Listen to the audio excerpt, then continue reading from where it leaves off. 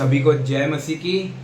प्रभु यीशु मसीह के महान पवित्र और जीवित नाम में मैं प्रभु का दास भाई दीपक गिल आप लोगों को शालोम कहता हूँ।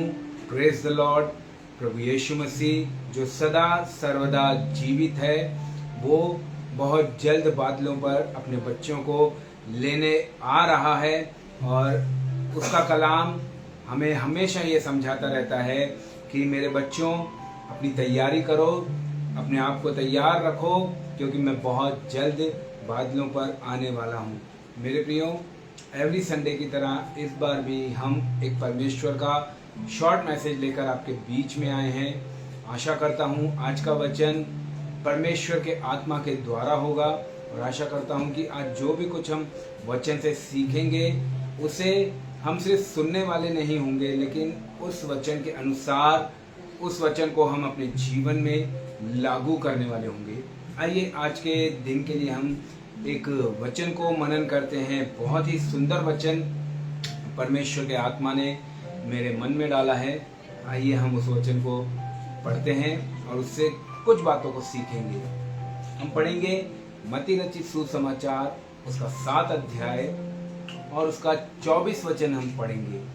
Book of Matthew chapter 7 verse 24। Let's read. पढ़ रहा है कोई? मैं पढ़ूं? मत्ती 7 का 24 पढ़ो, कोई पढ़ो। मत्ती 7 उसका 24वां वचन जी। इसीलिए जो कोई मेरी ये बातें सुनकर उन्हें मानता है वह उस बुद्धिमान मनुष्य के समान ठहरेगा जिसने अपना घर चट्टान पर बनाया। बस परमेश्वर का वचन यहाँ पे क्या कह रहे हैं मेरे प्रियो? इसलिए जो कोई मेरी यह बातें सुनकर उसे मानेगा वह उस बुद्धिमान मनुष्य के समान ठहरेगा जिसने अपना घर चट्टान पर बनाया। मेरा ये वचन सुनकर मानेगा। आपको पता है परमेश्वर का वचन कितना सामर्थी है। ये सारी कायनात, ये सारी दुनिया उसके वचन के द्वारा बनी। इसमें से कोई भी ऐसी चीज नहीं है जो उसके वचन के बिना बनी हो। बाइबल में लिखा हुआ है सब चीजों का बनाने वाला कोई ना कोई है, लेकिन जिसने सब कुछ बनाया वो परमेश्वर है। हर चीज का बनाने वाला कोई ना कोई है, लेकिन जिसने सब कुछ बनाया वो परमेश्वर है। और वो किस तरह बना? उसके वचन के द्वारा बना। उसका वचन होना बहुत जरूरी है। परमेश्वर का आत्मा मेरे प्रियो लिखा हुआ है, जब सृष्टि की रचना नहीं हुई थी तो परमेश्वर का आत्मा गहरे जल पर मंडराता था। घोर अंधकार था और उस गहरे जल पर, उस अंधकार में परमेश्वर का आत्मा मंडराता था। और ज्यों ही परमेश्वर ने अपने मुख से वचन बोला, पवित्र आत्मा परमेश्वर ठहरा हुआ था वचन के लिए कि प्रभु कोई वचन बोले और मैं उसे लूं और उससे उस बातों का निर्माण करूं। परमेश्वर ने कहा लेट देयर बी लाइट, उजियाला हो। और परमेश्वर के आत्मा ने उस वचन को लिया और वचन में लिखा हुआ है उजियाला हो गया। सब कुछ उसके वचन के द्वारा हम पढ़ेंगे। उत्पत्ति पहले अध्याय में सब कुछ उसके वचन के द्वारा, ज्यों-ज्यों परमेश्वर वचन बोलता रहा, परमेश्वर का आत्मा वचन को लेकर वैसे वैसे बनाता गया। अंत में परमेश्वर ने इंसान को बनाया, हमें बनाया। और लिखा है परमेश्वर ने अपनी सबसे सुंदर रचना इंसान को बनाया। इंसान परमेश्वर की नजरों में सबसे सुंदर और उत्तम है। मेरे प्रियो, कहने का मतलब यह है परमेश्वर का आत्मा वचन को लेता है और वचन को लेकर कार्य करता है। आप लोगों को याद होगा मेरे प्रियो, जब पतरस कुरनेलियुस के घर पर गया, प्रेरितों के काम में हम पढ़ते हैं, पतरस जब कुरनेलियुस के घर में गया तो वहां पर वचन में लिखा हुआ है कि जैसे पतरस और वचन प्रचार कर रहा था कुरनेलियुस के घर में। लिखा हुआ है वहां पर बैठे लोगों पर परमेश्वर का आत्मा उतर आया। उनमें से कोई भी बपतिस्मा लिया हुआ नहीं था, किसी ने प्रभु यीशु मसीह को पहले जाना नहीं था। लेकिन कैसे काम हुआ? वचन मुंह से निकला, परमेश्वर के आत्मा ने उस वचन को लिया और वहां पर कार्य किया, क्योंकि वो उतनी भूख और प्यास से बैठे थे परमेश्वर के वचन को सुनने के लिए। एलीशा के पास जब नामान कोढ़ी गया, एलीशा कहता है कि मैं परमेश्वर के सम्मुख हमेशा उपस्थित रहता हूं और ये वचन परमेश्वर की ओर से मुझे मिला है। और उसने ज्यों ही वो वचन नामान कोढ़ी के जीवन में बोला, मेरे प्रियो, बाइबल में लिखा हुआ है नामान कोढ़ी पूरी रीति से चंगा हो गया। परमेश्वर का आत्मा केवल और केवल वचन को जानता है। जैसे ही हम अधिकार से उस वचन को बोलेंगे, परमेश्वर का आत्मा वचन को ग्रिप करेगा, वचन को लेगा, पकड़ेगा और कार्य करेगा। नामान कोढ़ी वचन के द्वारा ठीक हुआ, क्योंकि उसके कर्मचारी ने आकर कहा, क्या एलीशा ने तुझे कोई भारी काम करने को कहा? नहीं, तुझे सिर्फ इतना काम करने को कहा है कि तू यरदन नदी में जा और 7 बार डुबकी मार। तब आगे हम जब पढ़ते हैं 5 अध्याय में, तो लिखा हुआ है नामान ने एलीशा के वचन के अनुसार किया। वचन के अनुसार किया। मेरे प्रिय, जब वचन के अनुसार कोई भी परमेश्वर का दास या दासी, उसका बेटा या बेटी वचन के अनुसार कार्य करते हैं, तो परमेश्वर का आत्मा वहां पर 100% काम करता है। आज पता है हमारे जीवन में काम क्यों नहीं हो रहा है? क्योंकि हम उसके वचन को अधिकार से नहीं बोलते हैं। वो अधिकार जो प्रभु यीशु मसीह का हमें दिया गया है, उस अधिकार से हम उस वचन को बोलते नहीं हैं। प्रभु यीशु मसीह जब चेलों के साथ गेरोसोनिया देश में जा रहे थे, जहां पर वो सेना उस व्यक्ति के अंदर थी, दुष्ट आत्माएं, 6000 दुष्ट आत्माएं उस व्यक्ति के अंदर थी, तब वचन में लिखा हुआ है जैसे ही वो लोग झील से होते हुए जा रहे थे, झील में बड़ी आंधी और तूफान आया। सब चेले घबरा गए। लेकिन आप देखिए, परमेश्वर का वचन अर्थात प्रभु यीशु मसीह पिछले नाव की पिछली जगह पर एक गद्दी पर सो रहा था। वचन देहधारी हुआ था, वो सो रहा था। वो देख रहा था कि मेरे चेले, मेरे बच्चे क्या करते हैं, क्या वो उस अधिकार को लेते हैं? क्यों प्रभु यीशु मसीह ने उन्हें कहा कि जाओ, मैंने तुम्हें तमाम सांपों को और बिच्छुओं को रौंदने का अधिकार दिया है और दुष्ट की सारी सेनाओं पर तुम्हें अधिकार दिया है। सांपों और बिच्छुओं को रौंदने का अधिकार दिया है। आपको पता है सांप कहां से काटता है? सांप आगे से काटता है। और बिच्छू कहां से काटता है? बिच्छू पीछे से काटता है। कहने का मतलब है परमेश्वर आगे से भी हमें बचाएगा, परमेश्वर पीछे से भी हमें बचाएगा। दुष्ट की हर एक आक्रमण से, उसकी हर एक हथियार से परमेश्वर का वचन हमें बचाएगा। हमें विश्वास रखना है, अधिकार रखना है, वो अधिकार को लेकर हमें चलना है। प्रभु यीशु मसीह को पता था कि आंधी और तूफान आया है। प्रभु यीशु मसीह ने कुछ नहीं कहा, उठा और सिर्फ आंधी और तूफान को शांत किया। और लिखा है, चेलों से कहा, हे अल्पविश्वासियों, हे अल्पविश्वासियों। मेरे प्रियो, अगर हम अपने आप को विश्वासी बोलते हैं और उसके वचन के अनुसार कार्य नहीं करते हैं, क्योंकि परमेश्वर का आत्मा वचन को जानता है। प्रभु यीशु मसीह को अपनी कैपेबिलिटी पता थी कि जैसे ही मैं वचन बोलूंगा, आत्मा उस वचन को लेगा और काम करेगा। चेले जब उस बाप के बेटे के अंदर से दुष्ट आत्मा को नहीं निकाल पाए, तब भी प्रभु यीशु मसीह ने यही कहा कि हे अल्पविश्वासियों, मैं कब तक तुम्हारे साथ रहूंगा।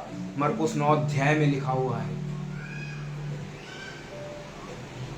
मेरे प्रियो, बहुत बार हम सेवा तो करते हैं, लेकिन उस सेवा करने के दौरान हम उसके वचन को उस अधिकार से बोलना भूल जाते हैं। हम अपने कर्जों पर, अपनी बीमारियों पर, अपने श्रापों पर, अपनी परिस्थितियों पर, अपनी कमजोरियों पर उसके वचन को क्लेम नहीं करते हैं। अगर हम उसके वचन को प्रॉपरली हर एक जगह पर क्लेम करें तो मेरे प्रियो, ये हो ही नहीं सकता, ये असंभव बात है कि वहां पर काम ना हो, क्योंकि वचन संपूर्ण रीति से काम करके लौटता है, वो अधूरा नहीं रखता है। इसलिए प्रभु यीशु मसीह कहते हैं, जो कोई मेरा वचन सुनकर उससे मानता है वो उस बुद्धिमान मनुष्य के समान ठहरेगा जिसने अपना घर चट्टान पर बनाया। एक तो उसका वचन सुनकर उसे मानना है, उसे मानने के अनुसार वो व्यक्ति बुद्धिमान होगा, और बुद्धिमान व्यक्ति ही अपना घर, अपनी नींव चट्टान पर बनाएगा, और चट्टान प्रभु यीशु मसीह है। मेरे प्रियो, वो हर सिचुएशन में हमें संभालने वाला परमेश्वर है। प्रभु यीशु मसीह यहाँ पर ये बात इसलिए कहता है वो उस बुद्धिमान मनुष्य के समान ठहरेगा। अगर हम पीछे पढ़ेंगे तो पीछे लिखा हुआ है, प्रभु ने कहा कि हे कुकर्म करने वालों, दूर हो जाओ, क्योंकि तुम मेरे पिता की इच्छा को पूरी नहीं करते। उन्होंने कहा, हमने तेरे नाम से भूत निकाले, चंगाइयां की, भविष्यवाणियां की। ये सब पिता की इच्छा नहीं है, ये सब पिता की इच्छा नहीं है। इसलिए पौलुस कहता है, भविष्यवाणियां हो तो जाती रहेंगी, भाषाएं हो तो जाती रहेंगी, लेकिन उसका वचन सदा स्थिर रहेगा। इसलिए प्रभु यीशु मसीह कहता है, हे कुकर्म करने वालों, मुझसे दूर हो जाओ, मैं तुम्हें नहीं जानता। उसका वचन सदा अटल रहने वाला वचन है। उसका वचन हमें परमेश्वर के करीब लेकर जाने वाला वचन है। उसका वचन हमें उसके आत्मा से भरने वाला वचन है। अगर हम उस वचन को पूरे अधिकार से अपने जीवन से बोलते हैं तो उसका आत्मा हमारे जीवन में काम करता है, और उसके वचन के द्वारा ही उसका वचन हमें बुद्धिमान बनाता है। इसलिए मेरे प्रियो, हम अपनी परिस्थितियों को, अपनी बीमारियों को, उसके वचन को क्लेम करें, और उसके वचन को क्लेम करने के बाद हम अपने जीवन में उसके कार्यों को होते हुए देखेंगे। प्रभु ये नहीं चाहता कि हम सिर्फ भविष्यवाणियां करते रहें। प्रभु ये नहीं चाहता कि हम सिर्फ चंगाइयां करते रहें, हम सिर्फ लोगों को बताते रहें। परमेश्वर ये भी चाहता है कि हम उसके वचन को ग्रिप करें और उसके अनुसार बोलने वाले बने। मत्ती 7 अध्याय अगर हम गौर से पढ़ेंगे तो हर एक बात प्रभु हमें सिखा रहा है। दोष मत लगाओ, मांगो तो तुम पाओगे, सकरा मार्ग और चौड़ा मार्ग, जैसा पेड़ वैसा फल।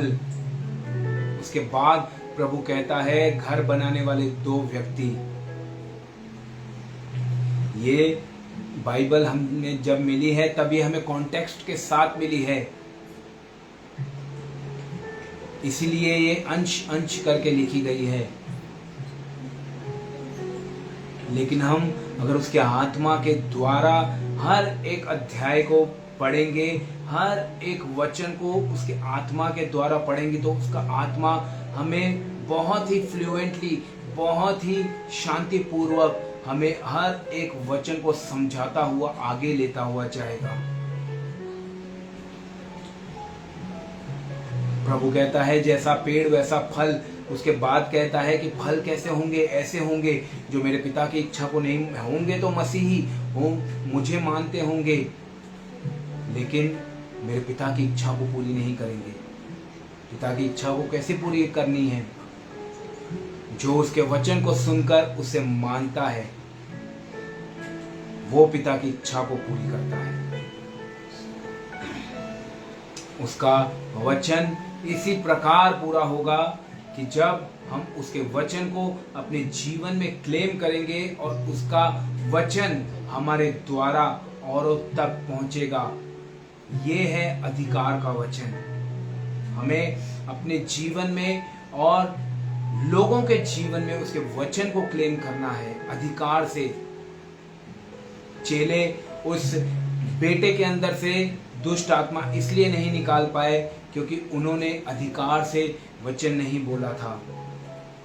झील में आंधी और तूफान को शांत इसलिए नहीं कर पाए थे क्योंकि उन्होंने अधिकार से उसके वचन को बोला नहीं था। नामान कोढ़ी गुस्से में इसलिए जा रहा था क्योंकि उसने उसके वचन के अनुसार काम नहीं किया था। आप देखिए तीनों जगह पर जैसे जैसे उसके वचन को महत्व दिया, उसके वचन के अनुसार काम हुआ, अधिकार के साथ काम हुआ, वहां पर हर एक परिस्थिति, हर एक जीवन, हर एक समस्या बदलती गई। इसीलिए हम उस अधिकार को, उस वचन को लेकर अपने जीवन में बोलें क्योंकि उसका आत्मा सिर्फ वचन को जानता है। इसलिए मैंने स्टार्टिंग उत्पत्ति से की क्योंकि सब कुछ निर्माण उसके वचन के द्वारा हुआ। परमेश्वर ने वचन बोला, आत्मा ने वचन को लिया और सब कुछ बनाता गया। उसके वचन को बोले, परमेश्वर का आत्मा उस वचन को लेगा और हर एक चीज आपके और मेरे जीवन में बनाता जाएगा। हालेलुया। बस ये एक शॉर्ट मैसेज लेकर मैं आपके बीच में आया था। आशा करता हूँ आज के वचन के द्वारा परमेश्वर ने हमसे बात की होगी, हमें सिखाया होगा। हम मीटिंग को यहीं पर वाइंड अप करते हैं और हम आखिरी की दुआ करते हैं। हालेलुया। आइए हम दुआ करते हैं। प्रेमी स्वर्गीय पिता, प्रभु यीशु मसीह के नाम से एक बार फिर से हम आपको धन्यवाद देते हैं प्रभु परमेश्वर, आज के सुंदर दिन के लिए जो आपने हमें दिखाया परमेश्वर पिता। आज के प्रभु जी समय के लिए जो आपने हमें दिया खुदा, हम आपको धन्यवाद देते हैं प्रभु जी। आज की आराधना के लिए आपको धन्यवाद देते हैं प्रभु परमेश्वर। प्रभु जी आप हमें अपने पवित्र पुत्र के संगति में बुलाया है खुदा, हम आपको धन्यवाद देते हैं प्रभु जी। आज जो वचन हुआ है प्रभु जी, सच में हम उस वचन को पूरे अधिकार से लेकर प्रभु जी अपने जीवन में बोलें ताकि आपका आत्मा उस वचन को लेकर कार्य करे और प्रभु जी हमारा और प्रभु आपके लोगों का जीवन बदलने पाए। खुदा आपने ऐसा किया है, आपको धन्यवाद देता हूँ प्रभु जी। मेरे मालिक, जितने लोगों ने देखा है आप उन्हें आशीष करना और जो इसके बाद देखेंगे आप उन्हें भी आशीष करना खुदा प्रभु जी। सब कुछ आपको और सिर्फ आपको ही देते हैं प्रभु परमेश्वर, क्योंकि इसके योग्य केवल और केवल आप हैं प्रभु जी। आपने ऐसा किया, आपको धन्यवाद देते हैं। सारा मान मर्यादा गौरव जलाल आपको देते हुए विनती प्रार्थना को खुदावंद यीशुआ मसीहा के नाम से मांगते हैं। आमीन आमीन।